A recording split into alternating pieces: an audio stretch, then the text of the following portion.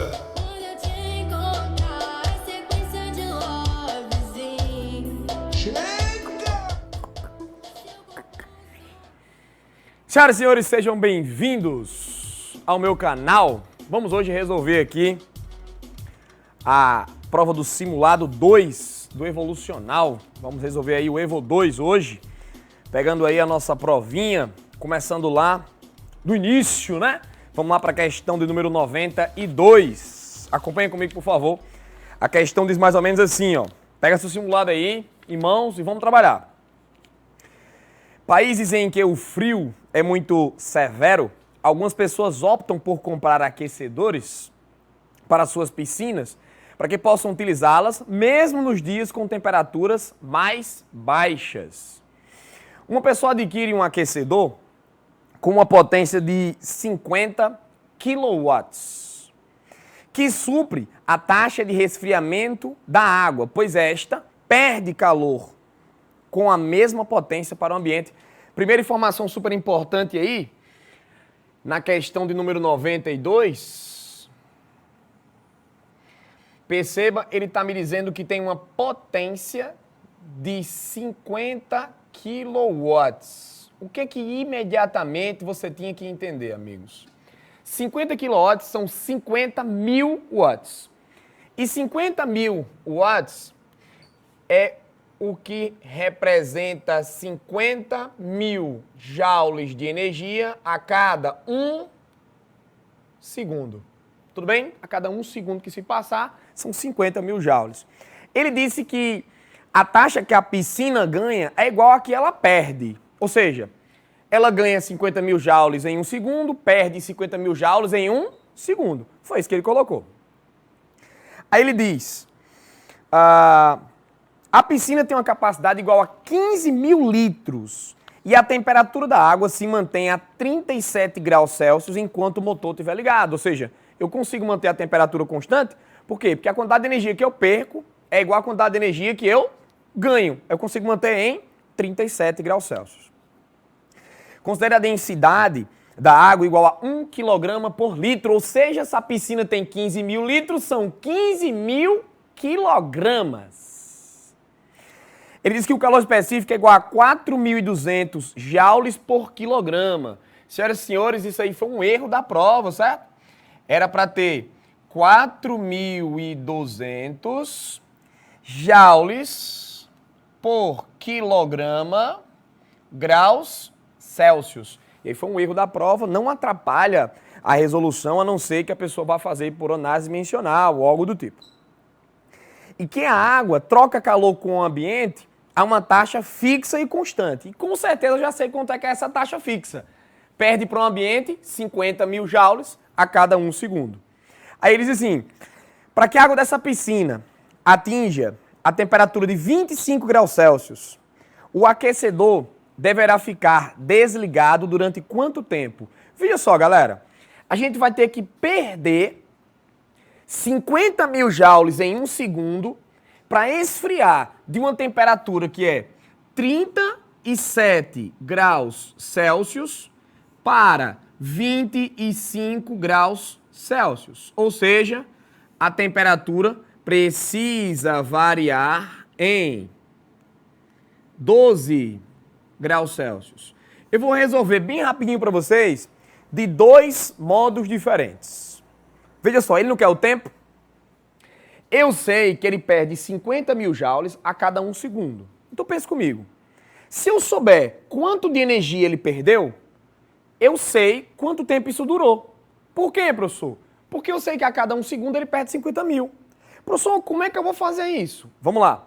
O que eu quero? Eu quero saber o tempo. Aí olha que legal é esse método de resolver aqui. Olha que legal.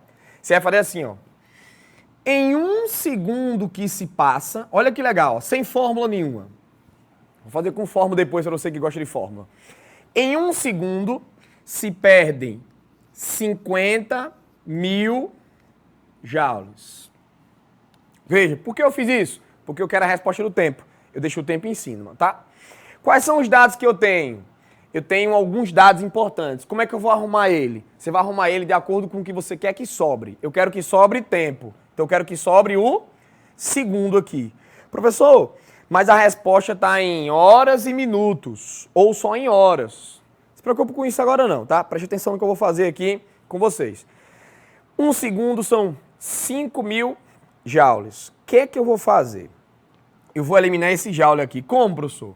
São 4.200 joules. Aí, ó, quilograma,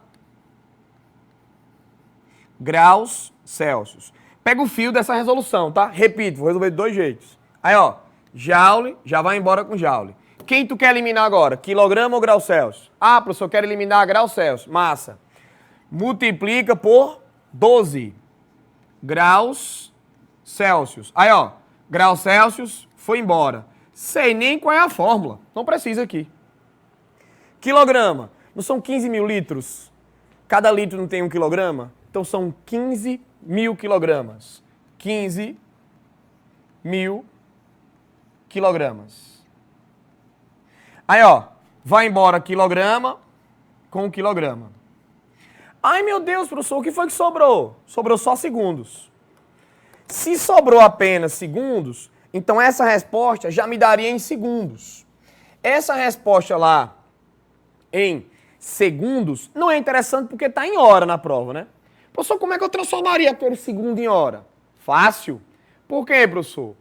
1 hora tem 60 minutos. 1 minuto tem 60 segundos. Então, 1 hora tem 3.600 segundos. Olha que lindo, ó. Segundos, vai embora com segundos. Sobrou hora, é só fazer esse cálculo aqui, ó. Quando você faz esse cálculo, você encontra aí 4,2 horas. Gabarito, 4,2 horas. A alternativa correta vai dar quanto? Ah, professor, tem 4 horas e alguma coisa. Como é que eu vou saber? Fácil. São 4 horas mais 0,2, né? 0,2 seria 2 décimos de hora. 1 hora tem 60 minutos. Olha que lindo. 60 por 10, 6 vezes 2, 12. 4 horas e 12 minutos. Essa vai ser a única questão que eu vou fazer ela de 2 modos diferentes para vocês enxergarem a resposta aí. 4 horas e 12 minutos, resposta correta seria a letra D. Professor, eu não gostei desse jeito, eu nunca fiz assim, não acho legal, não consegui aprender. Então vamos lá. Vamos fazer o seguinte, limpei tudo. Você vai fazer assim, ó. Ele não deu a potência? Então você vai fazer assim, ó. A potência é a quantidade de energia transformada em um certo intervalo de tempo. Potência cai todo ano no Enem, se liga. Então seria, ó, a quantidade de energia transformada foi calor em um certo intervalo de tempo. E o que ele quer na questão? O tempo. Se ele quer o tempo, seria igual a potência, ó, quantidade de calor dividido pela potência, tá vendo? Ó? Quantidade de calor dividido pela potência. Só que essa quantidade de calor foi a quantidade de calor que realizou variação de temperatura. A gente chama em física de quantidade de calor sensível. É mc delta θ. Aí você fazia mc delta θ dividido pela potência. O intervalo de tempo seria então quanto? Veja só, eu tenho todos esses dados? Tenho. A massa são 15.000 quilogramas. 15.000 quilogramas. O calor específico são 4.200 joules quilograma graus Celsius. Variação de temperatura, 12 graus Celsius.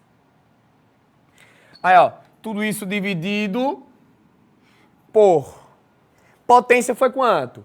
50.000 joules por segundo. Resultado, eu vou encontrar um tempo aqui de... Cadê, meu Deus? 15.000 120 segundos. Mas ele quer em hora, professor. Não tem problema. Ó. Você pode fazer uma regra de 3. 1 hora tem 3.600 segundos. Portanto, 15.120 segundos tem quanto? Você faz assim, ó. Ou somente divide por 3.600. E você encontra 4,2 horas. Não vou repetir a transformação porque a gente já viu. Essa era a questão 92. Tudo bem? Próxima questão é a questão de número 96. Questão 96, vamos lá. Questão 96 diz assim: um uso comum de resistores elétricos é o de reduzir a corrente elétrica que passa por aparelhos domésticos, evitando danos. A resistência apresentada por um resistor é uma constante inversamente proporcional à corrente elétrica e diretamente proporcional à tensão que passa por ele e possui uma unidade dimensional em ohms. Ora, já dizia a primeira lei de Ohm. A primeira lei de Ohm me diz que U sobre I é uma constante e essa constante é a resistência elétrica. Em um projeto, um eletricista deseja que a corrente elétrica de um circuito seja de 20 amperes. E sabe-se que a tensão desse circuito é igual a 220 volts. Nesse projeto, o eletricista deve utilizar um resistor que tem uma resistência de... Essa daqui era tranquilidade e paz no coração, tá? Aplicação direta da primeira lei de Ohm. A resistência seria a tensão 220 volts pela corrente elétrica, que seria 20 amperes. Resultado, meus amigos, 220 por 20 é 22 sobre 2, que seria 11 volts por ampere. Gente, a resistência é de 11 volts por ampere. Não esqueça dessa equivalência dimensional. Para passar 1 ampere, eu preciso de 11 volts nessa resistência. Por isso que quando eu boto 220 volts, eu consigo ter 20 ampere. Resultado, 11 volts por ampere equivale a 11 ohms. Repito, não esqueçam que volt por ampere representa ohm. Tudo bem? Tranquilo? Essa questão tinha como gabarito a alternativa letra B. Portanto, questão 96, letra B. Show?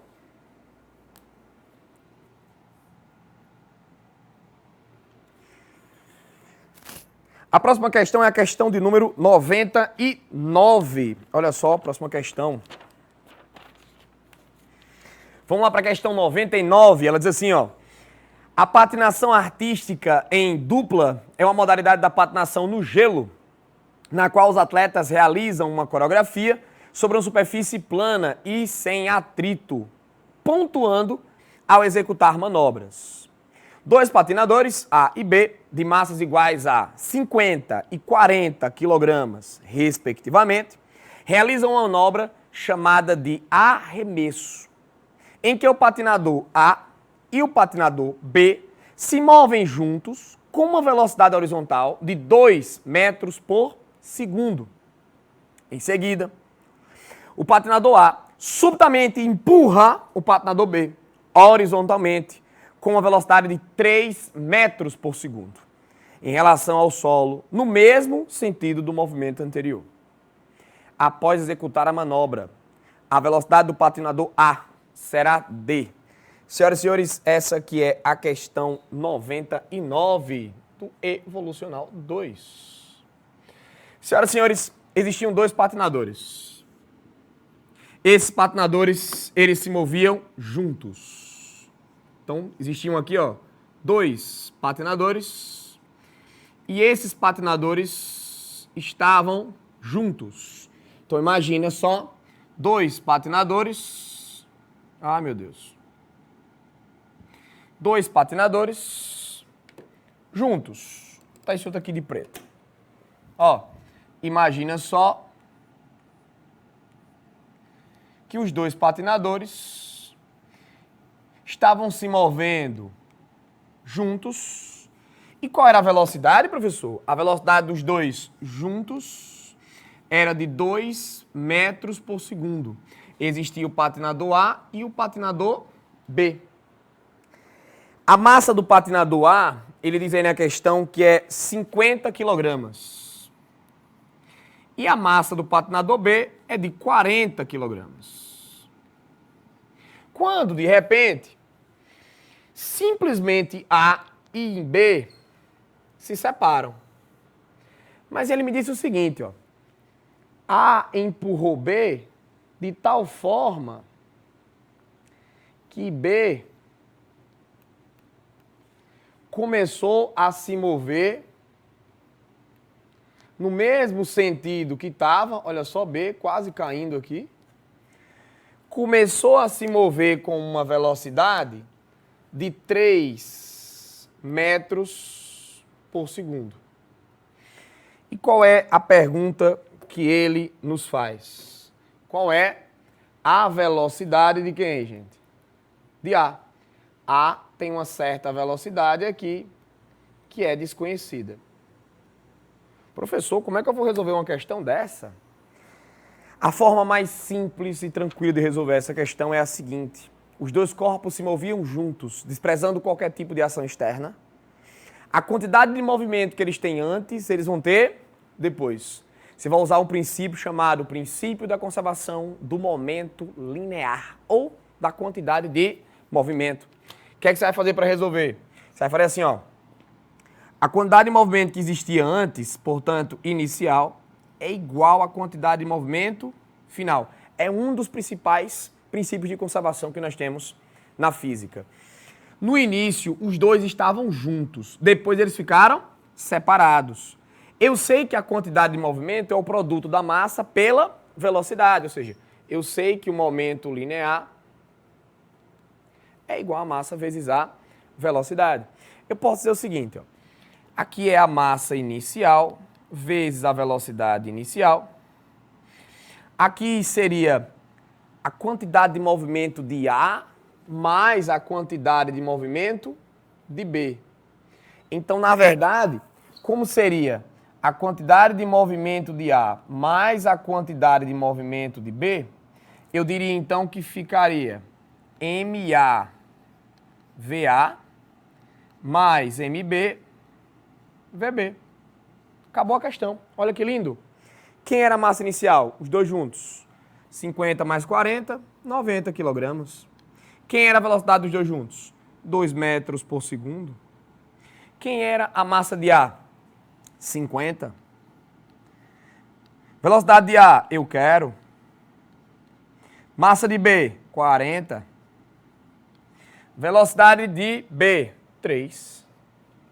Senhoras e senhores, 90 vezes 2, deixa eu só subir aqui um pouquinho. 90 vezes 2 é 180. 50 vezes a velocidade de A, mais 40 vezes 3, 120. 180 menos 120 vai dar 60, né, galera? Sendo assim, vou botar aqui do lado. Vai ficar 60 igual a 50 vezes a velocidade de A.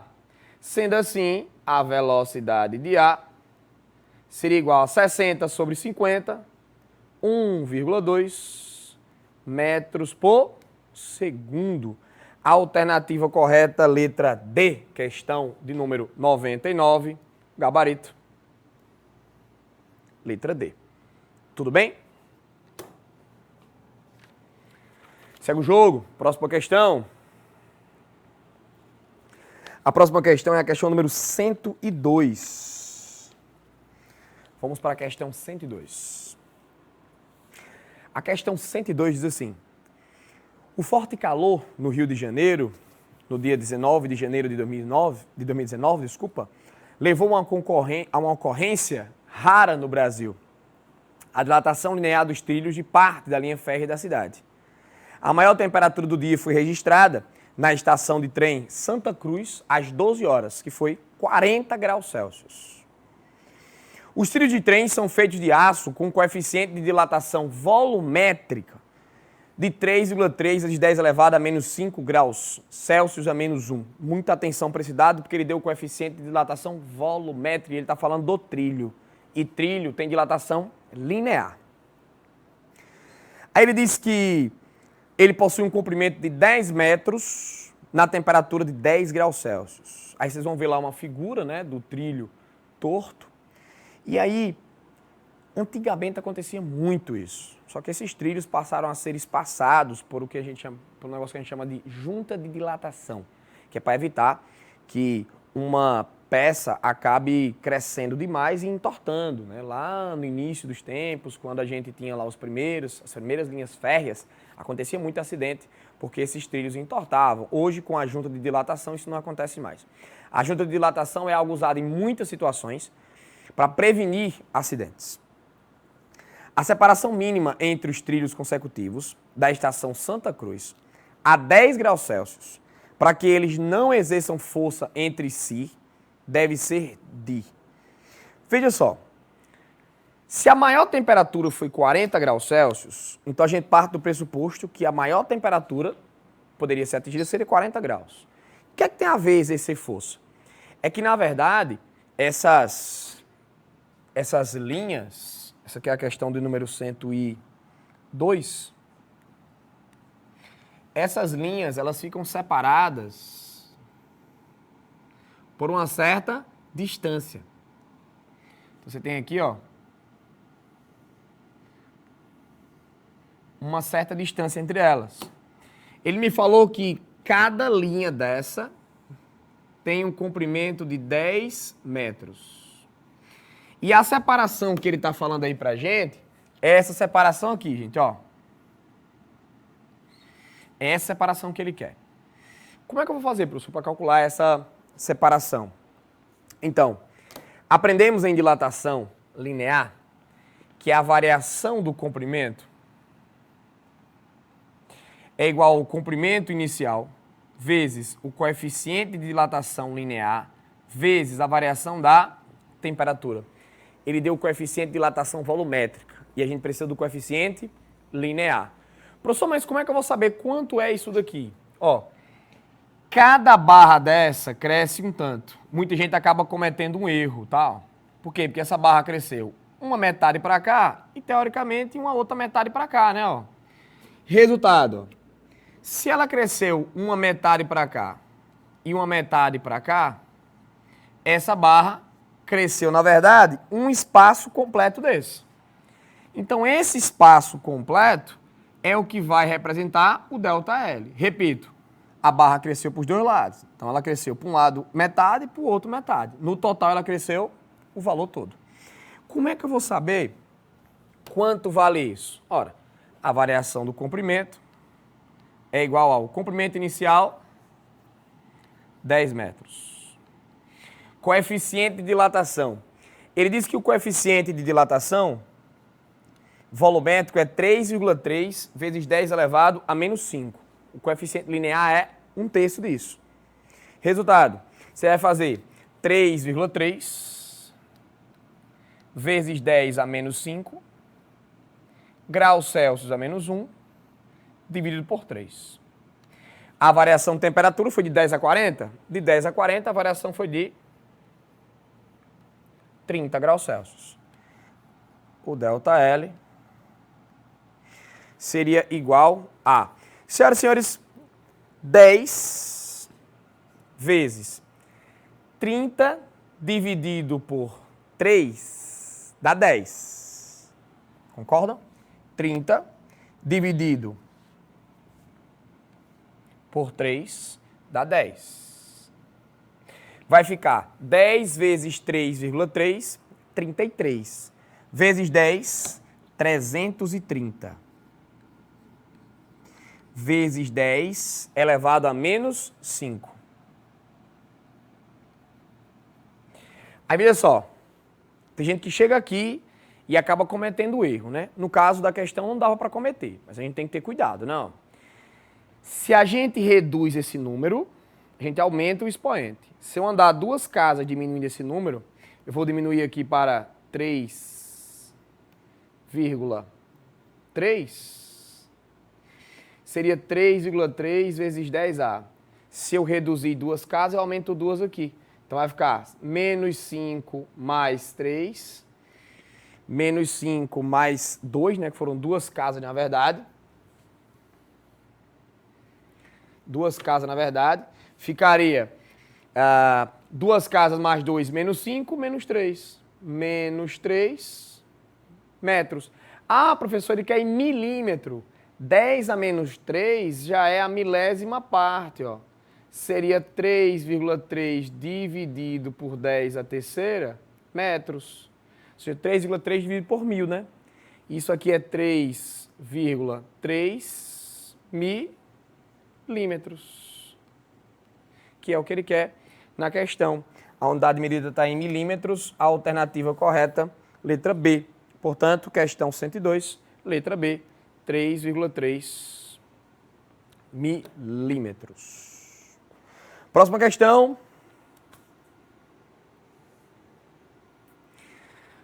Próxima questão é a questão de número 105.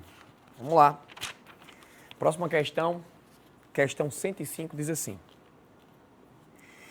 A flauta andina ou flauta de Pan é um instrumento de sopro de origem indígena e ela é composta por vários tubos de bambu com a mesma espessura, mas com comprimentos diferentes, fechados em uma das extremidades conforme a figura. Gente, claramente ele está me dizendo que são tubos fechados. Questão número 105. São tubos fechados em uma de suas extremidades. É isso que ele está falando. Considere que o maior tubo, o tubo maior da flauta, possui um comprimento de 37,5 centímetros. O maior comprimento tem 37,5 centímetros. E o menor, vou chamar aqui de L', tem 25 centímetros. E que a velocidade do som seja de 300 metros por segundo. A velocidade é 300 metros por segundo. A questão pergunta: a diferença entre as frequências fundamentais do tubo menor e do tubo maior dessa flauta é de... Professor, o que eu precisava saber numa questão dessa? Primeiramente, ele fala da frequência fundamental. E a frequência fundamental é a primeira frequência. E como é que é isso, professor? Eu esqueci como é que é isso. Existem aqui diversas possibilidades. A primeira configuração, que a gente chama de fundamental, é exatamente 1/4 de comprimento de onda. Isso aqui seria o comprimento do tubo. E aí, o que foi que você aprendeu? Você aprendeu que a frequência no tubo fechado é NV sobre 4L. Exatamente porque os múltiplos no tubo fechado são múltiplos de lambda sobre 4. As frequências em sequência, elas têm N múltiplos que só valem para os ímpares, ou seja, esse N aqui só pode ser 1, 3, 5, 7 e assim vai. E as frequências, elas são esses múltiplos, né? Formam o que nós chamamos de progressão aritmética, que representa 2 vezes a primeira frequência na sua razão. A frequência fundamental, que seria a primeira, ela seria representada com esse N aqui, ó, igual a 1. As demais seriam múltiplas da primeira. Então, se a primeira frequência é F1, por exemplo, a segunda seria 3 vezes F1, depois seria 5 vezes F1, 7 vezes F1, e assim na sequência eu teria as outras frequências. Mas no caso, ele tem 2 tubos diferentes e ele quer a diferença entre as frequências fundamentais. Como é que eu ia fazer, professor? Aplicação direta da fórmula. Para o tubo maior, de 37,5 centímetros, você faria N1, velocidade, 300 metros por segundo, 4 vezes 0,375. Você encontra uma frequência aqui de 200 Hz.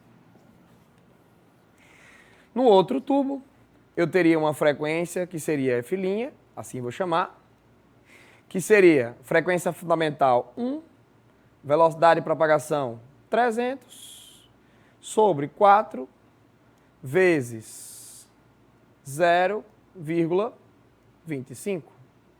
Resultado, essa nova frequência seria de 4 vezes 0,25 dá 1, né?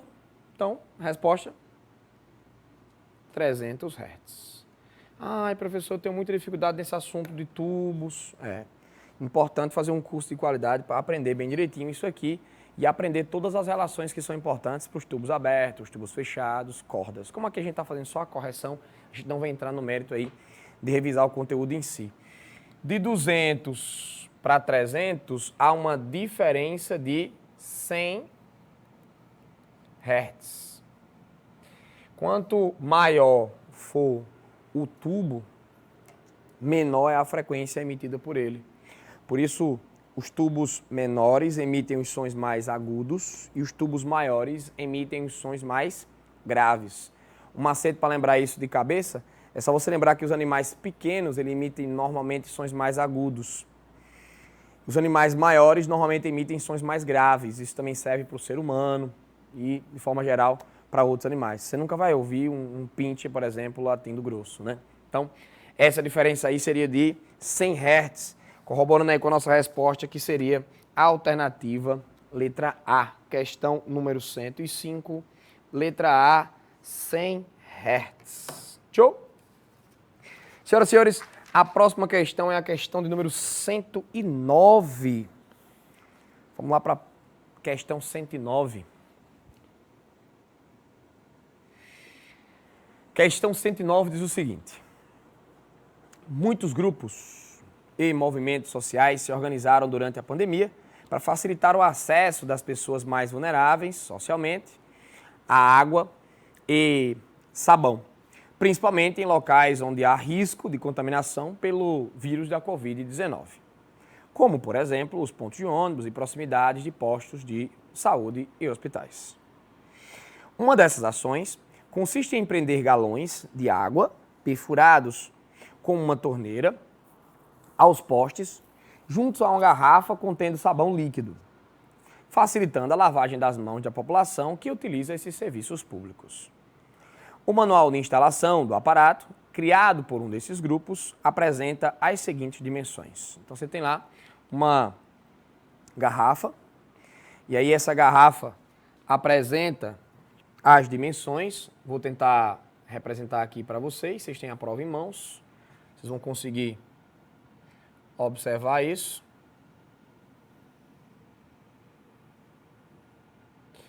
A gente tem aqui um galão que ele tem um tamanho por completo entre a boca e a parte de baixo de 35 centímetros.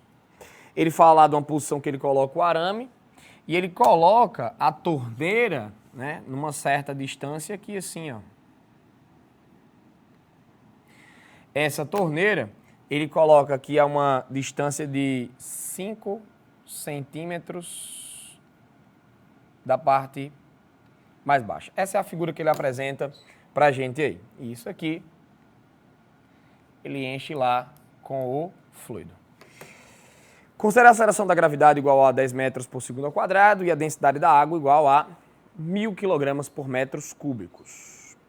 Qual é a pressão em quilopascal exercida pela água na torneira quando o recipiente contém água até a boca do reservatório, ou seja, até aqui em cima?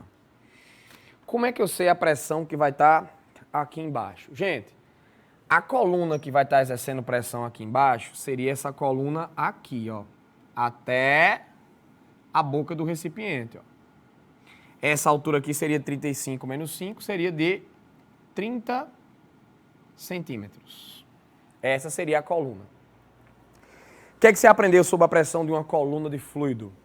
A pressão de uma coluna de fluido é dada por densidade, gravidade, vezes a altura da coluna. Nesse caso, a pressão exercida seria densidade da água, 1.000 kg por metros cúbicos, ou seja, está no sistema internacional. Gravidade, 10 metros por segundo ao quadrado, ou seja, sistema internacional. Altura, 30 centímetros. Para ficar no sistema internacional, 30 centímetros divide por 100, 0,3 metros. Tudo no sistema internacional. Essa pressão seria de 0,3 vezes 10 dá 3, seria 3.000. Seria 3.000 no sistema internacional, newtons por metro quadrado ou pascal, não é isso? Ele quer em quilopascal, 3.000 seria 3 quilo. Newton por metro quadrado é pascal. Portanto, a alternativa correta, 3 quilopascal, letra D. Questão número 109, alternativa letra D. Tudo bem? Que bonitinho aí para vocês essa resolução. Show de bola. Vamos seguir para a próxima. A próxima questão é a questão de número 112. Olha só, a questão número 112. O que é que a gente tem na questão 112? Ó? Questãozinha famosinha aí, ó. As panelas de pressão reduzem o tempo de cozimento dos alimentos por elevar a temperatura de ebulição da água, né? O que nós sabemos é que o aumento da pressão dentro da panela faz com que o ponto de ebulição aumente. Então a água, o fluido, ele vai ferver, vai ebulir numa temperatura maior. E daí, professor? A taxa de transferência de energia para o alimento é maior. Por quê? Porque lá dentro eu consigo ter uma pressão maior. Aí ele diz, os usuários conhecedores do utensílio normalmente abaixam a intensidade do fogo em que as panelas de pressão... Os usuários conhecedores do utensílio normalmente abaixam a intensidade do fogo em panelas de pressão, após estas iniciarem a saída dos vapores. Agora tem que ter cuidado, né? Porque pode ser que essa taxa de energia, se a gente baixar o fogo demais, a panela começa a perder energia para o meio. Professor, mas como é que eu vou saber? É só você olhar se o vapor está saindo ou não. Se aquele vapor está saindo, gente, é porque a pressão interna é maior do que a externa. É o famoso pegou pressão. Se pegou pressão, não precisa estar com a pressão tão grande lá dentro. Então, você pode baixar a intensidade do fogo, que a troca de calor vai garantir que a pressão interna continue maior do que a pressão externa. Enquanto aquela válvula de controle de pressão estiver saltando, é porque a pressão interna é maior do que a externa. Então você diminui o fogo. Por quê, professor? Ao abaixar o fogo, reduz-se a chama, pois assim evita-se o quê? O que eu vou evitar? Eu vou evitar, gente, gastar gás de forma desnecessária. Por quê, professor? Porque depois que ele atingir uma certa temperatura, ele não vai passar mais daquela temperatura. A energia que eu der para ele é só para gerar vapor. Serve só para aumentar a pressão e sair mais vapor de dentro da panela. Quais são as opções que a gente tem? Letra A. O aumento da pressão interna você evita e os riscos de explosão? Bem, se a panela de pressão estiver funcionando normalmente, ou seja, se a panela de pressão está funcionando direito, isso não vai acontecer porque ela não deixa a pressão aumentar tanto. Ela tem um controle de pressão e, portanto, o vapor vai sair. Então não pode ser isso. Letra B, dilatação da panela. Letra C, perda da qualidade nutritiva do alimento. Letra D, deformação da borracha de vedação. Letra E, consumo de gás desnecessário. Questão número 112, sem sombra de dúvidas.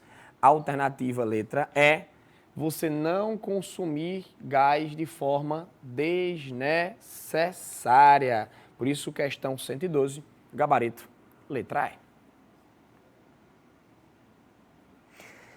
Próxima questão, meus senhores. Próxima questão é a questão número 115, uma questão de eletromagnetismo. Questão um pouco mais difícil, não é todo mundo que tem habilidade em eletromagnetismo, né? Vem comigo. Uma equipe de cientistas desenvolveu um equipamento capaz de detectar e anular os efeitos de forças magnéticas em cargas elétricas, utilizando somente campos elétricos. Com essa tecnologia, é possível fazer com que as cargas não sofram desvios indesejados, aumentando a precisão de muitas técnicas que envolvem movimentação de corpos eletrizados. Em um experimento, um corpo com carga positiva, de módulo Q, é lançado com uma velocidade v horizontal em uma região onde tem um campo magnético B, desconsiderando a ação da gravidade no local, como mostra a figura, ou seja, não tem gravidade. Questão número 115. Senhoras e senhores, muita atenção. Nós temos aqui uma região onde tem um campo magnético, vou representar aqui de azul, entrando no plano da folha. Ele me diz que existe uma carga elétrica, que é uma carga do tipo positiva, que vai entrar aqui nesse campo com uma certa velocidade v. Só que ele me garantiu que, no fim das contas, essa carga não vai sofrer desvio.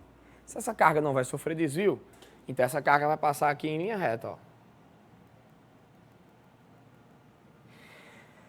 Para ela passar em linha reta, eu preciso anular a força magnética. Professor, meu Deus, como é que eu vou fazer isso? Regra da mão direita. Campo magnético, entrando. Velocidade, polegar. Ó, campo magnético entrando. Velocidade com o polegar. A força magnética com a palma da mão, ó. A força magnética vai estar para onde? Para cima. Então, você vai ter uma força magnética que vai atuar aqui, ó.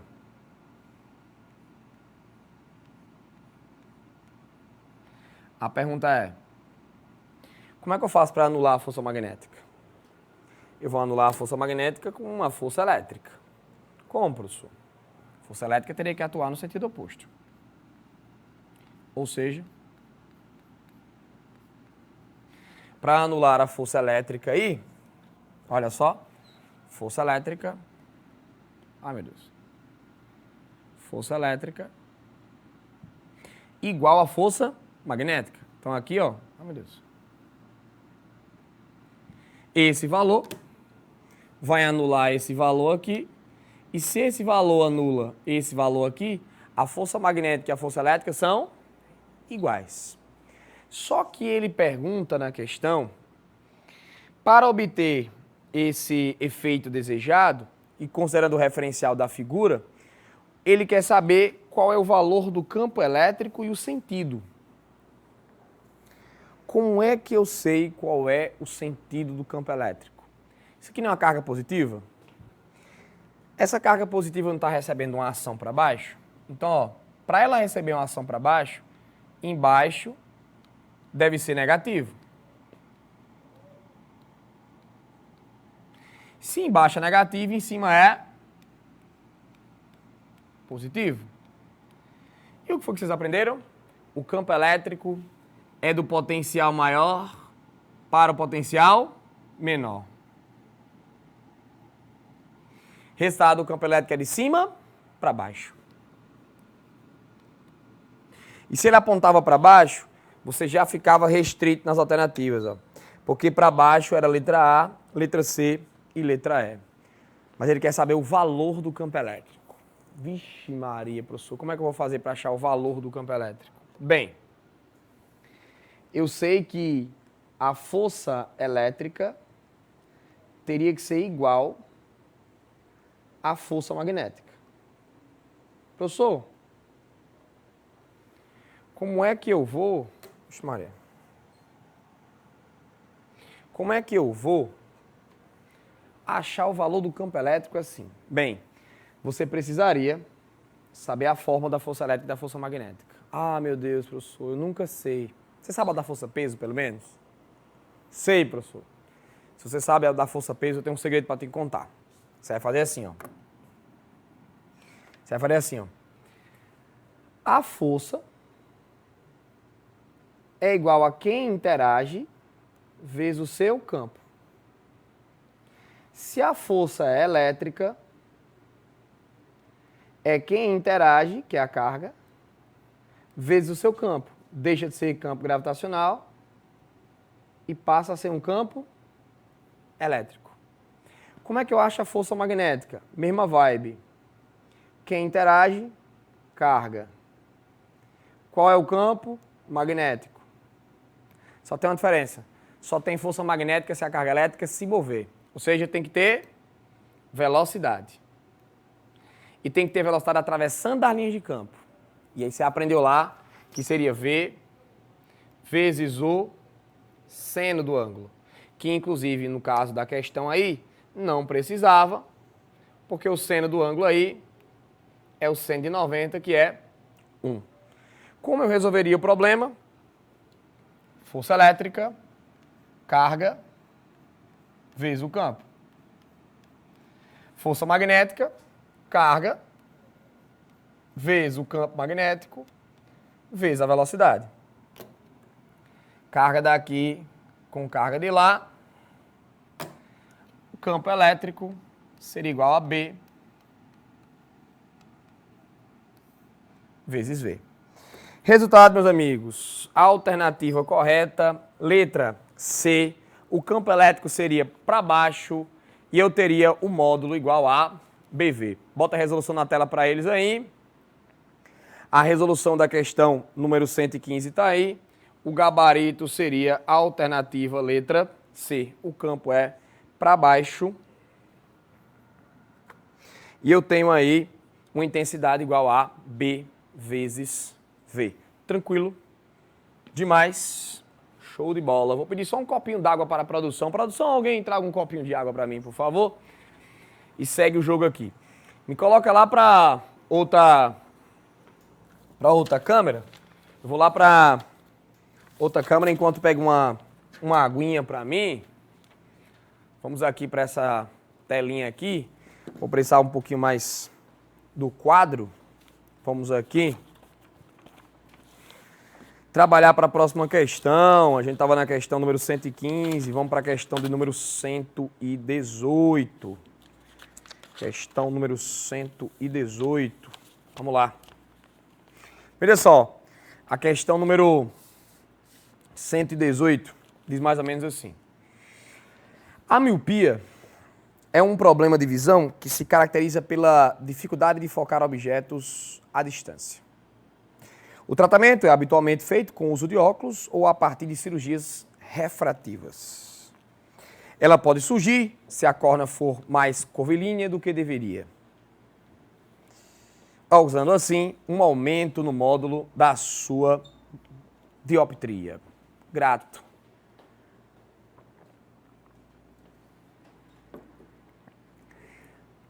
Para corrigir essa mutação visual, a refração do feixe de luz causada pela lente e pela córnea em relação à retina é representada por... Bem, o que eu preciso que vocês organizem na cabeça de vocês quanto a essa questão da miopia? Eu vou pedir que vocês se liguem em alguns pontos que podem cair na prova quanto a isso, certo? Olha só. A miopia,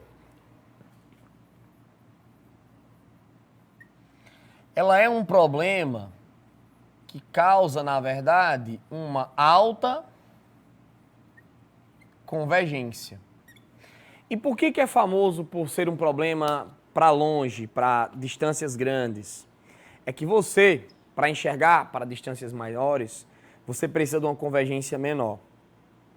O nosso cristalino, ele tem a capacidade de se adequar e fazer você enxergar mais longe ou mais perto. Não esqueça. Para enxergar mais longe, você precisa da sua convergência baixa. Para enxergar perto, você precisa da sua convergência alta. E qual é o problema do míope? O problema do míope é que ele tem alta convergência. E daí, professor? Ele vai ter problema para enxergar de longe. Por quê, professor? Porque para longe eu preciso de baixa convergência. Tudo bem? Resultado.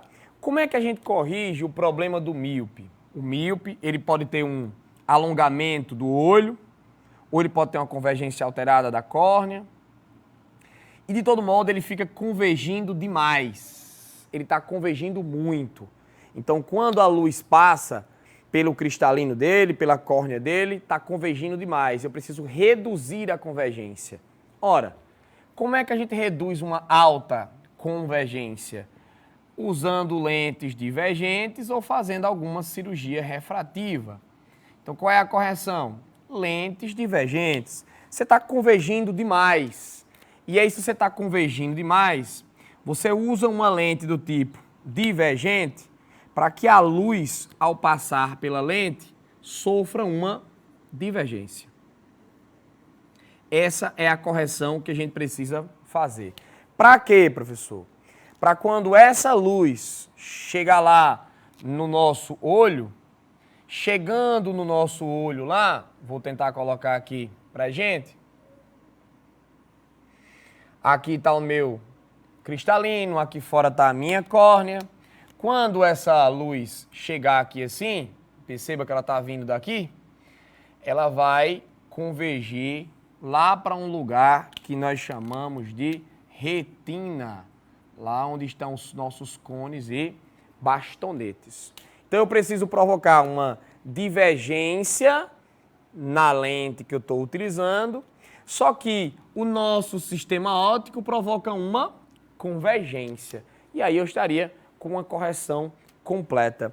Lá na questão, qual alternativa melhor responde isso? Se vocês olharem para as alternativas, gente, só tem duas alternativas que provocam divergência, que é a letra B e a letra E.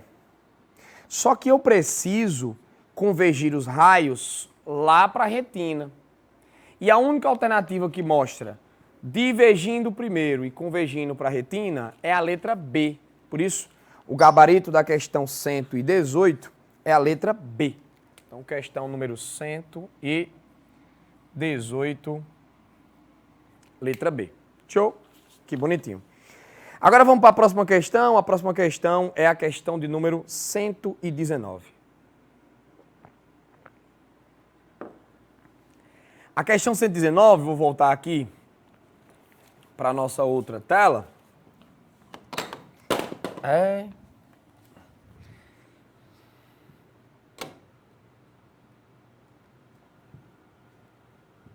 Rapaz, eu vou voltar para cá. Vamos para cá mesmo.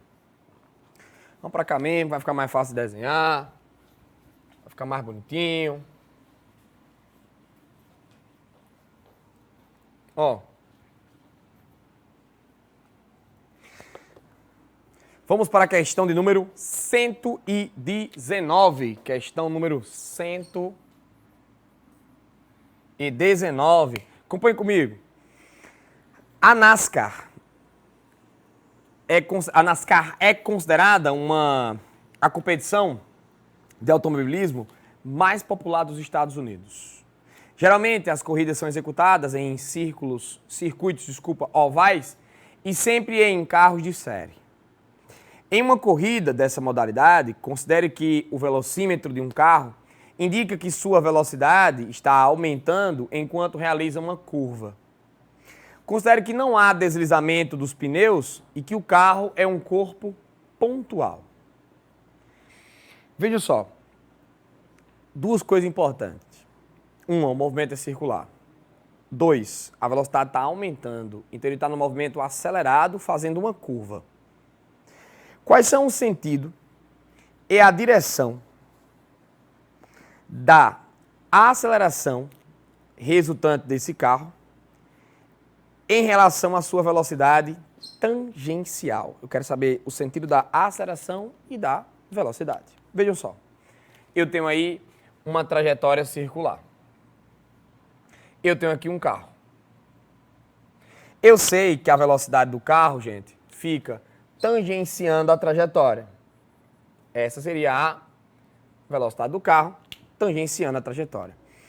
Como o movimento é um movimento do tipo circular, senhoras e senhores, eu tenho a garantia de que deve existir uma aceleração para o centro da trajetória. Ou seja, temos a garantia de uma aceleração centrípeta. Por quê, professor?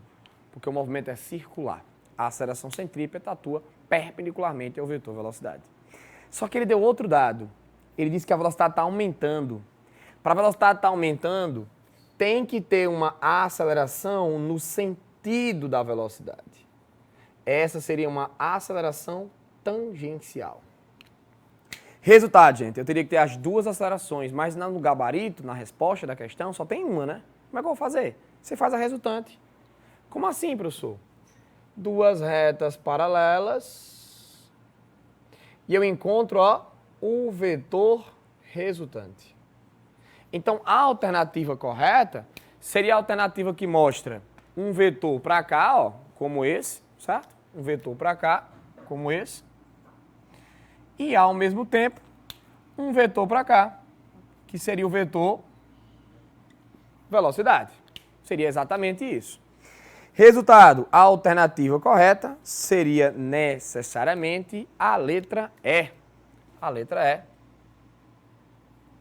vai estar aí com os dois vetores alinhados da forma correta. Por isso, vocês vão olhar lá a questão número 119 como sendo o gabarito letra E. Tudo bem? Vamos para a próxima questão. E a próxima questão da gente é a questão de número 122. Olhem, por favor, a questão número 122, por favores. Na questão de número 122, que vocês estão observando aí,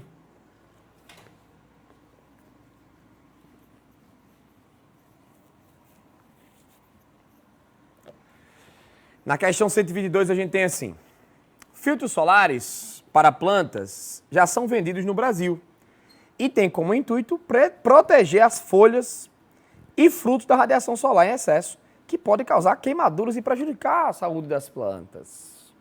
Esses protetores funcionam como uma barreira física que reflete parte da radiação que seria absorvida pela planta. Gente, aproveitar, né, para usar protetor solar, porque até as plantas estão usando agora e você aí sem usar protetor solar.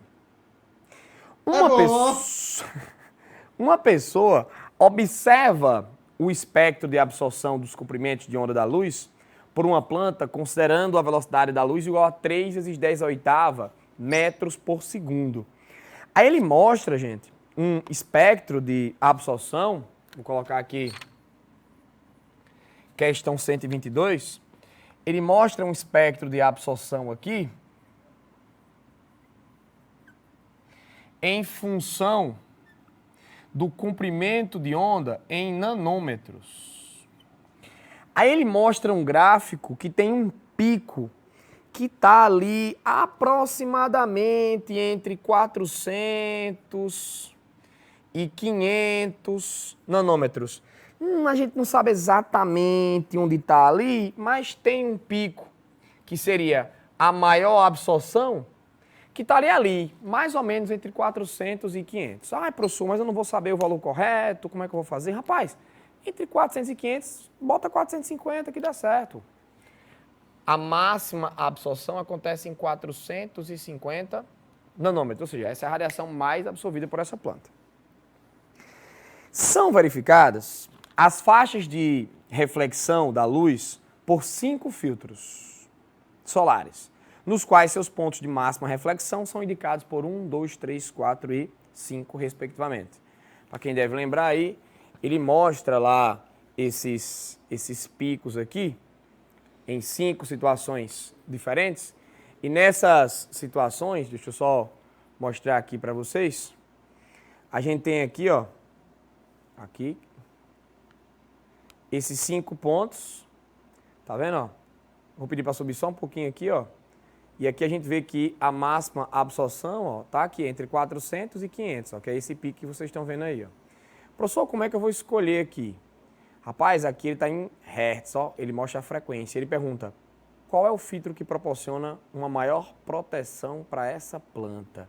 Como é que eu vou saber, professor, Qual filtro que eu vou usar? Rapaz, o filtro que você vai usar, o melhor filtro é aquele que reflete mais aquela radiação que ele absorve mais. E qual é aquela que absorve mais? Aquela de 450 nanômetros. Professor, mas como é que eu vou fazer para determinar isso? Lá em ondulatória tem uma equação fundamental chamada de V igual a lambda F, ou C igual a lambda F. Velocidade, comprimento de onda aí, frequência. Eu vou achar a frequência e eu vejo qual é o melhor protetor. Como, professor? A velocidade é 3 vezes 10 à oitava metros por segundo. 3 vezes 10 à oitava metros por segundo.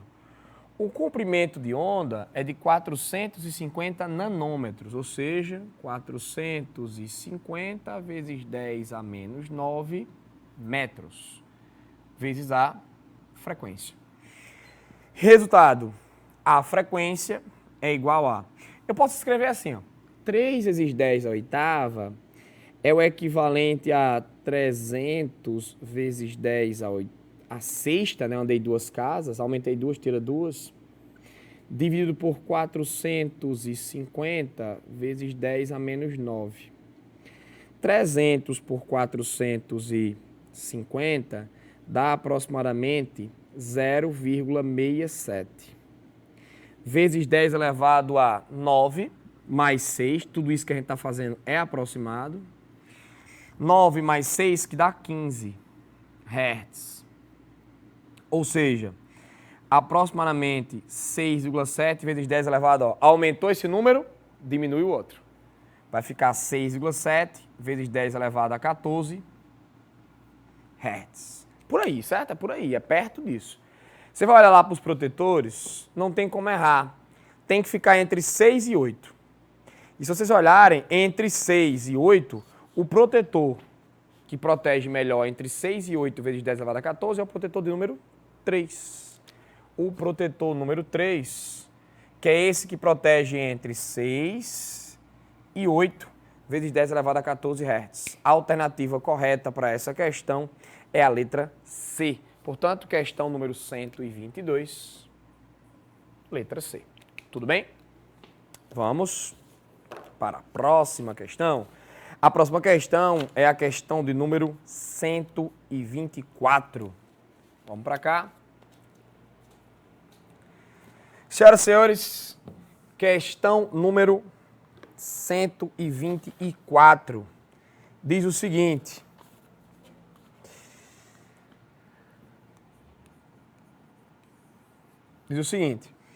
um estudante decide analisar seus gastos com energia elétrica e traçar estratégias para diminuir o valor pago na conta de luz, sabendo que cada quilowatt-hora consumido custa 80 centavos. Nós sabemos que a energia no nosso país, assim como pelo mundo, é comercializada em quilowatt-hora e que isso é dado por 80 centavos aqui. Beleza. Quilowatt é potência, hora é tempo, a quantidade de energia consumida é só pegar a potência e multiplicar pelo tempo de uso. Isso me dá a energia consumida, tá bom? Ele diz que cada mês tem em média 30 dias. Ele faz uma tabela com o tempo diário do uso de alguns eletrodomésticos, aí ele mostra lá uma tabelinha, gente, que tem chuveiro elétrico, micro-ondas, ferro de passar. Aí nessa tabelinha ele mostra assim: chuveiro elétrico, 5.400 watts de potência. Aí ele bota tempo de uso, 15 minutos. Vocês concordam que em 15 minutos seria 60 minutos dividido por 4? Vocês concordam então que 15 minutos seria exatamente 1 dividido por 4 de hora? Professor, por que você está fazendo isso? É porque aqui eu já acho a energia, porque é potência vezes tempo. Eu já acho a energia aqui. Na tabelinha ele também mostra que o micro-ondas tem 900 watts. E 900 watts em quanto tempo? 10 minutos. Vocês concordam que 10 minutos é 1/6 de hora? Então eu vou fazer em 1/6 de hora. Ele diz que o ferro de passar consome 1.200 watts, Mas ele diz que é em 6 minutos. Vocês concordam que 6 minutos é só pegar 60 minutos, que é 1 hora, e dividir por 10? Ou seja, 1 hora dividido em 10. Seriam 6 minutos. A pergunta é, qual é o valor mensal da energia paga por ele? Como é que eu vou saber qual foi a energia mensal paga por ele? Rapaz, eu vou achar aqui tudo isso em quilowatt-hora e está resolvido o problema, porque é 80 centavos cada quilowatt. Como é que eu vou fazer? Tudo isso aconteceu em 30 dias. O que é que você vai fazer? Você pode multiplicar tudo aqui por 30 ou podia achar quanto era por dia e multiplicar por 30, tá? Também dava certo. Se você fizer isso aqui, multiplicando 5.400 por 30 e dividido por 4, você vai encontrar 40.500 watt-hora. Se você multiplicar 30 vezes 900 e dividir por 6, você vai encontrar 4.500 watts-hora. Se você pegar 1.200, multiplicar por 30 e dividir por 10, você vai encontrar 3.600 watts-hora. No mês, você teria, na verdade, 48.600 watts-hora. Ou seja, 48,6 kWh. Só dividir por 1.000, não é isso? Só que cada quilowatt-hora vale 80 centavos. É 80 centavos por quilowatt-hora. Se você fizer 48,6 vezes 80 centavos, vocês vão encontrar R$ 38,88. A alternativa correta, aí no nosso simulado, seria letra D. Portanto, questão número 124, a alternativa correta é a letra D. Tudo bem?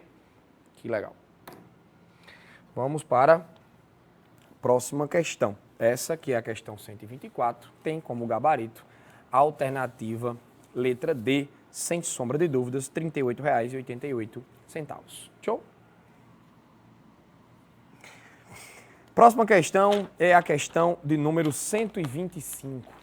Uma questão que envolvia o uso de amperímetros e de voltímetros. Nessa daqui, bastava você saber o básico. Como botar um amperímetro e um voltímetro. Ah, professor, mas eu errei. Se você errou, o que você precisa fazer é estudar, certo? Estudar. Só isso que eu indico você fazer. Por quê? Porque é algo realmente elementar. Entender como bota um amperímetro e um voltímetro em um circuito. Só lembrando, o amperímetro mede a intensidade da corrente elétrica e deve ser colocado no mesmo caminho, sobre a ação da mesma corrente, e por isso insere. O voltímetro, por sua vez, ele mede a diferença de potencial entre dois pontos. Ele deve ser colocado sobre a mesma DDP, e, portanto, deve ser instalado em paralelo. Se você soubesse disso, e fosse para as alternativas, sem saber a pergunta, você acertaria. O amperímetro não pode ser colocado em paralelo sozinho. Ele tem uma resistência muito baixa, no caso do ideal, 0. O voltímetro tem uma resistência muito alta, não pode ser colocado em série. Mas eu nem discuto isso, porque a discussão é como funciona um amperímetro e um voltímetro. Amperímetro em série, voltímetro em paralelo. Questão 125 diz que baterias são dispositivos que acumulam energia e estão presentes em inúmeros aparelhos portáteis. Uma bateria ideal não possui resistência interna.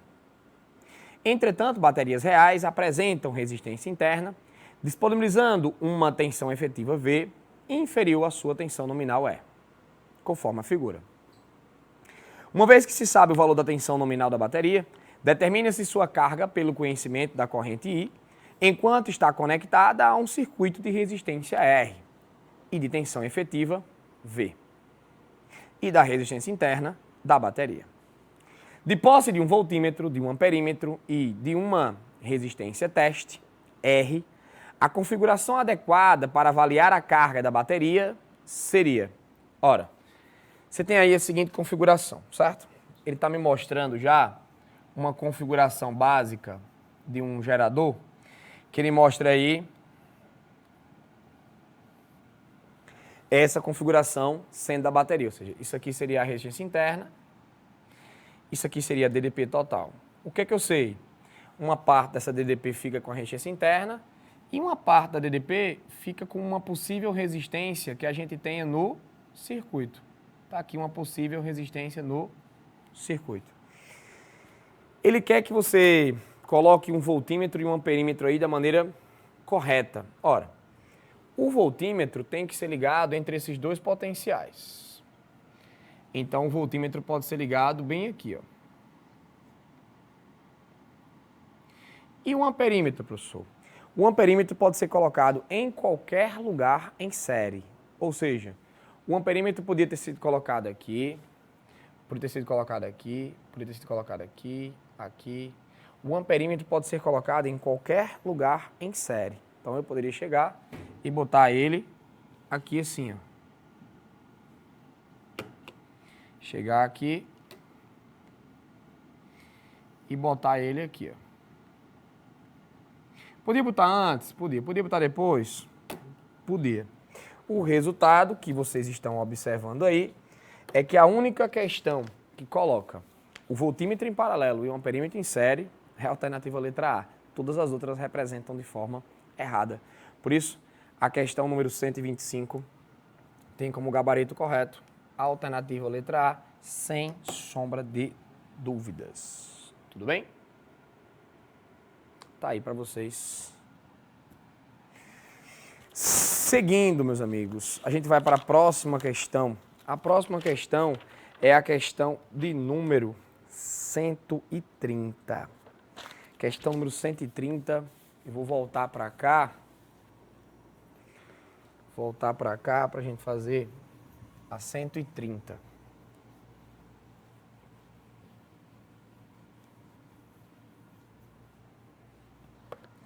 Senhoras e senhores, questão número 130 diz mais ou menos assim.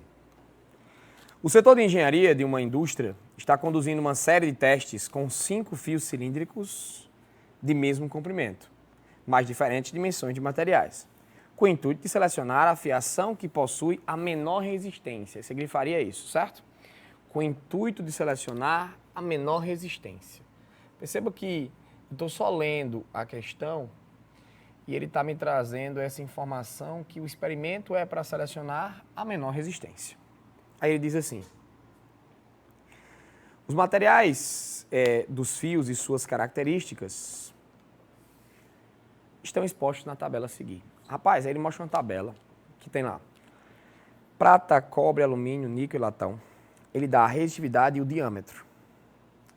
Atenção, considere π igual a 3. E ele pergunta, qual foi o fio escolhido pelos engenheiros? Alumínio, cobre, latão, níquel, prata? Como é que você vai escolher isso no fim das contas? Ele não quer o de menor resistência? Quer, professor. Se ele quer o de menor resistência, vamos dar para ele o de menor resistência. Qual a dica que eu vou dar aqui para vocês? Ele quer relacionar diâmetro e resistividade. Ele diz no texto que todos os fios têm o mesmo comprimento. Isso aqui não é uma variável. Ele quer a combinação entre resistividade e área que me dê a menor resistência possível. Gente, olha, de cara, qual a combinação que você vai fazer? Tentar pegar a menor resistividade, certo? A menor resistividade e a maior área. Lembrando que essa área aqui é a área de um cilindro e essa área seria πr ao quadrado. Se vocês olharem aí, quem é que tem a menor resistividade? A menor resistividade seria prata. Prata e cobre seria quem tem as menores resistividades. Só que o cobre ainda tem uma vantagem. Ele tem um diâmetro maior. E se o cobre tem um diâmetro maior, além da resistividade baixa, ele ainda tem um diâmetro que, portanto, teria um raio 2 vezes maior. Essa combinação me daria para o cobre o menor valor possível. Então, repito, eu teria que selecionar a menor resistividade e também a maior área. Juntos, essa combinação vai me dar um valor aí. Só que se a gente olhar, o latão, ele possui uma resistividade alta, mas ele também tem um diâmetro muito alto, né? Ele tem um diâmetro lá 0,06 metros. Quem manja um pouquinho de matemática, rapidamente faria umas relações de proporções e perceberia que o cobre teria o menor valor. Professor, mas eu não sou essa pessoa aí. E se eu não sou essa pessoa, o que é que eu faria? Ó, eu no seu lugar, se você não é muito seguro, você fazia assim, ó, prata. Tem resistividade 1,6 e tem raio, que eu vou chamar de R, tá? Ele diz que o diâmetro é 0,02, né? Vou dizer que tem um raio R. Vocês vão entender depois que ficava fácil perceber isso aqui. O cobre, ele tem uma resistividade de fator 1,7. O diâmetro seria 0,04. Concorda que seria um raio 2 vezes maior? Então você vai botar 2 vezes R. O alumínio teria uma resistividade de 2,9. E um diâmetro igual ao do cobre, que é 2 vezes o raio do que seria da prata. Níquel. Níquel tem uma resistividade 7. Diâmetro compatível com raio R, certo? Latão, resistividade 8. 0,06 de diâmetro. Portanto, tem um diâmetro 3 vezes maior do que a prata. A prata é a nossa referência. Se é 3 vezes maior, seria... Isso aqui evitaria você estar usando cálculo com esse 0,06, 0,02, certo? Repito, não precisava disso tudo, mas se você fosse fazer, daria certo assim, de maneira mais rápida. Então seria tipo assim, ó. Resistência da prata seria resistividade, ó, 1,6, aí, ó, vezes o comprimento, dividido pela área. Quem é a área? Π, aí, ó, R ao quadrado. Então, isso aqui seria o da prata, certo? Aí, ó, resistência do cobre seria 1,7 vezes o comprimento, a área, π, vezes 2R ao quadrado. Você concorda que 2R ao quadrado daria 4, né? 4R. Então, se ficar 4R, eu teria que fazer o seguinte, ó. Eu teria que pegar aqui, ó, 1,7 e dividir por 4. 1,7 dividido por 4. Dá 0,425. Então, seria assim, ó. 1,7 dividido por 4, 0,425 vezes L dividido por π, R ao quadrado. O 2 aqui que ficou ao quadrado, já dividi ali. Quem seria a resistência? A resistência lá do alumínio é 2,9, certo? Então ficaria resistividade 2,9, comprimento L, dividido por π, vezes 2R ao quadrado. Então seria 2R ao quadrado, daria 4R. Ficaria 2,9 dividido por 4. 2,9 dividido por 4, daria 0,725. 0,725 L sobre πr ao quadrado. Quanto é a resistência do níquel? 7 vezes L dividido por π vezes R ao quadrado. Então já está aí o valor do níquel. Resistência do latão. Resistividade 8, comprimento L dividido por π vezes o raio que seria 3R ao quadrado.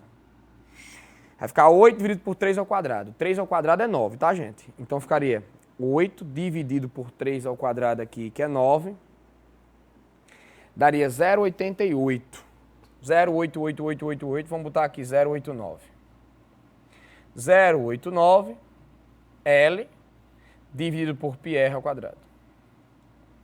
E como a gente já tinha feito uma previsão, a menor resistência possível tem uma fração 0,425 desse valor, tá vendo? Então essa daqui, ó, com certeza é a menor resistência e, portanto, a alternativa correta seria cobre. Professor, eu botei cobre desde o começo. Ó. Quando eu imaginei que a minha casa é cobre, eu já marquei cobre. Enfim, cada um aí tentando pensar mais rápido ou não, eu dei uma dica que serve aí para outras questões que vocês forem fazer, tá? Se a gente tiver a relação de proporção, eu não preciso encontrar o valor exatamente, ficaria mais fácil da gente conseguir encontrar. Quem tem um raciocínio matemático mais rápido já teria percebido sem fazer nada disso. Show? Senhoras e senhores, vamos para a nossa última questão. Vamos para cá. Senhoras e senhores, vamos para a questão de número 133. Entre os anos de 1860 e 1880, muitos inventores tentaram revolucionar o design e a usabilidade das primeiras bicicletas. E o resultado desses esforços foram as bicicletas Penn-13. Sabe nada de inglês. Que apresentavam uma roda dianteira muito grande que rotacionava junto com os pedais em torno do mesmo eixo. Ou seja, a roda dianteira é essa grandona e ela girava com a mesma frequência da roda grande. E uma roda menor, que é usada para estabilização, que rotacionava somente por estar apoiada no solo. Então a roda de trás era só para apoio. Uma pessoa impõe, então, uma frequência de 0,5 Hz aos pedais da bicicleta. Deixa eu tentar desenhar essa bicicleta aqui, para a gente entender mais ou menos o que vai acontecer. A gente tem um pneu maior aqui. A gente tem um pneu menor aqui. A gente tem aqui onde estão os pedais. E esses pedais aqui, ligados aqui, estão nessa roda aqui no meio. Aí aqui a gente tem uma estrutura que vocês veem aí, que se liga a essa roda de trás. Então seria algo mais ou menos assim. Ficou tão horrível quanto eu imaginava, não. Ele diz que ele impõe uma frequência de 0,5 Hz aos pedais. Então os pedais aqui giram com 0,5 Hz. Se ele gira com 0,5 Hz aqui, então isso aqui tudo também gira com 0,5 Hz. O que diabo é 0,5 Hz, professor? Rapaz, 0,5 Hz é um meio, né? Ó, é um meio. É uma volta a cada 2 segundos. Seria tipo isso, né? Aí ele diz o seguinte, cujos diâmetros de rotação dos pedais da roda dianteira e da roda traseira são, respectivamente, os diâmetros, certo? 30 centímetros, portanto, esse raio aqui é 15. 120 centímetros, portanto, esse raio aqui é 60. E 40 centímetros, portanto, esse raio aqui é 20. Considerando π igual a 3 e que as rodas não deslizam no solo, as posições dos seus elementos estão ilustradas na figura. Qual é a velocidade angular da roda traseira? Gente, o movimento é feito aqui na frente, é transmitido aqui para trás. A velocidade linear da bicicleta é uma só. Então, a linear dessa engrenagem aqui maior, que seria essa roda, seria igual à linear dessa menor. Seria equivalente a uma transmissão de movimento por engrenagens ou uma transmissão de movimento por corrente. A velocidade linear desse ponto periférico da roda dianteira e da roda traseira seria exatamente a mesma. Mas quer saber? Para você fazer isso aqui tem um caminho bem mais fácil. Você vai fazer assim, ó. Essa roda é quantas vezes maior? Ela tem 60 centímetros, essa daqui tem 20. Essa roda é 3 vezes maior que essa. Se essa é 3 vezes menor, para percorrer a mesma distância, ela precisa girar 3 vezes mais rápido. Sabe de uma coisa? Qual era a frequência da grande? 0,5 Hz. Essa daqui não é 3 vezes menor? É, professor. Se ela é 3 vezes menor, ela gira 3 vezes mais rápido. Se ela gira 3 vezes mais rápido, se aquela dali é 0,5, se ela é 3 vezes mais rápida, ela vai ficar com 1,5 Hz. Professor, mas ele quer a velocidade angular. Como é que eu vou achar a velocidade angular? Vamos para cá. A velocidade angular é a variação do ângulo pelo tempo. O que é que nós sabemos? Uma volta é 2π radianos. Então fica 2π radianos. Só que para dar uma volta, você gasta um tempo chamado de período. O inverso do período é a frequência. Então, você pode dizer que seria 2π vezes f. Essa seria uma grande forma de fazer, tá? Quem é a velocidade angular? 2 vezes π, que é 3, vezes a frequência, que seria 1,5. Resultado, 2 vezes 1,5 dá 3, vezes 3 vai dar 9 radianos por segundo. 9 radianos por segundo. A alternativa correta é a letra C. Professor, eu não entendi como é que você conseguiu dizer que essa menor gira 3 vezes mais rápido. Não entendi. Tá. Se você não entendeu, eu vou botar nesse quadradinho aqui, tá? A questão está encerrada, a alternativa é letra C, tudo certinho. Mas se você não entendeu, eu vou explicar para você aqui, só para lhe lembrar, tá? É assim, ó. A velocidade linear da grande, lá, do pneu grande, da roda grande, é igual a linear da roda pequena. Só que você aprendeu que a velocidade angular vezes o raio me dá a linear. Então, raio da pequena, angular da pequena é igual a grande vezes angular da grande. Ou seja, gente, como a grande tem um raio maior, ela tem uma velocidade angular menor. Como a pequena tem um raio menor, ela tem um angular maior. Se a pequena é 3 vezes mais pequena, ela gira 3 vezes mais rápido. Beleza?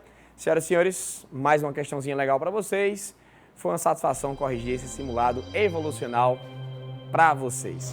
Valeu, até o nosso próximo encontro, se Deus quiser.